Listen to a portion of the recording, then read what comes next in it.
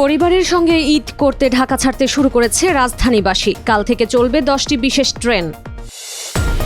আত্মনির্ভরশীল জ্বালানি নিশ্চিতে দেশ এগিয়ে যাচ্ছে মন্তব্য প্রধানমন্ত্রীর। সিআরপি কর্তৃপক্ষের সঙ্গে সাক্ষাৎ। নির্বাচিত সরকারের কারণে আস্থা ফিরেছে বিনিয়োগে, দাবি জ্বালানি মন্ত্রীর। সব ক্ষেত্রে স্বচ্ছতার প্রতিশ্রুতি। কক্সবাজারে আদালত চত্বরে বিএনপি নেতাকে লক্ষ্য করে একাধিক গুলি, অস্ত্রসহ 2 যুবক আটক। সমঝোতা চুক্তির খুব কাছাকাছি পৌঁছেছে ইরান যুক্তরাষ্ট্র, ইসরায়েলের গভীর উদ্বেগ প্রকাশ। স্বাগত জানাচ্ছি দ্য বিজনেস স্ট্যান্ডার্ডের নিয়মিত আয়োজন টিভিএস রাত 8টার সংবাদে। সঙ্গে আছি তামান্না খন্দকার। দেখছিলেন সংবাদ শিরোনাম, এবার বিস্তারিত। ঈদুল আজহাকে সামনে রেখে নারীর টানে ঢাকা ছাড়তে শুরু করেছে কর্মব্যস্ত রাজধানীবাসী। রেলওয়ে স্টেশন, বাস টার্মিনাল ও লঞ্চ ঘাটগুলোতে বাড়তে শুরু করেছে ঘরমুখো মানুষের চাপ। ভোগান্তি এড়াতে অনেকে আগেভাগে পরিবার পরিজন নিয়ে ছেড়েছেন রাজধানী। এদিকে ঘরমুখো মানুষের ঈদ যাত্রা আরও স্বস্তিদায়ক ও নির্বিঘ্ন করতে আগামীকাল থেকে সারা দেশে 5 জোড়া বিশেষ ট্রেন চলাচল করবে বলে জানিয়েছেন রেলপথ মন্ত্রী শেখ রবিউল আলম। একই সঙ্গে রেলের বহরে নতুন 51টি কোচ যুক্ত করা হয়েছে বলেও জানান তিনি। 24 মে কমলাপুর রেলওয়ে স্টেশনে ঈদ যাত্রার সামগ্রিক ব্যবস্থাপনা ও সার্বিক পরিস্থিতি পরিদর্শন শেষে এসব জানান রেলমন্ত্রী। বাংলাদেশ পরিচ্ছন্ন জ্বালানি, সবুজ অর্থনীতি ও আত্মনির্ভরশীল জ্বালানি ব্যবস্থার পথে ধীরে ধীরে এগিয়ে যাচ্ছে বলে মন্তব্য করেছেন প্রধানমন্ত্রী তারেক রহমান।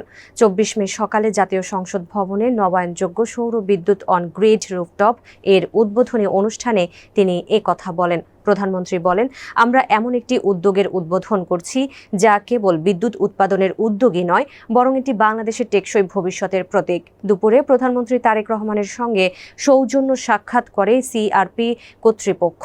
প্রধানমন্ত্রীর ডেপুটি প্রেস সেক্রেটারি জাহিদুল ইসলাম রনি জানান, সাক্ষাতে পক্ষাঘাতগ্রস্তদের পুনর্বাসন কার্যক্রম নিয়ে আলোচনা হয়। সিআরপি কর্মকর্তারা তাদের চলমান কার্যক্রম, চিকিৎসা ও পুনর্বাসন সেবার বিভিন্ন দিক তুলে ধরেন প্রধানমন্ত্রীর সামনে। নির্বাচিত সরকার হিসেবে বর্তমান সরকারের প্রতি আন্তর্জাতিক বিনিয়োগকারীদের আস্থা তৈরি হয়েছে বলে জানিয়েছেন বিদ্যুৎ, জ্বালানি ও খনিজ সম্পদ মন্ত্রী ইকবাল হাসান মাহমুদ টুকু। 24 মে সচিবালয়ে মন্ত্রণালয়ের সভাকক্ষে আয়োজিত সংবাদ সম্মেলনে তিনি দাবি করেন। জানান, জনগণের ম্যান্ডেট নিয়ে সরকার গঠন করায় আস্থা রাখতে পারছেন বিনিয়োগকারীরা। ভবিষ্যতের বিনিয়োগ পরিস্থিতি নিয়ে এক প্রশ্নের জবাবে মন্ত্রী বলেন, অনেক বড় বড় কোম্পানি ইতোমধ্যে যোগাযোগ করেছে। বিশেষ করে যুক্তরাষ্ট্র ও চীনা কোম্পানিগুলোর আগ্রহ রয়েছে ব্যাপক।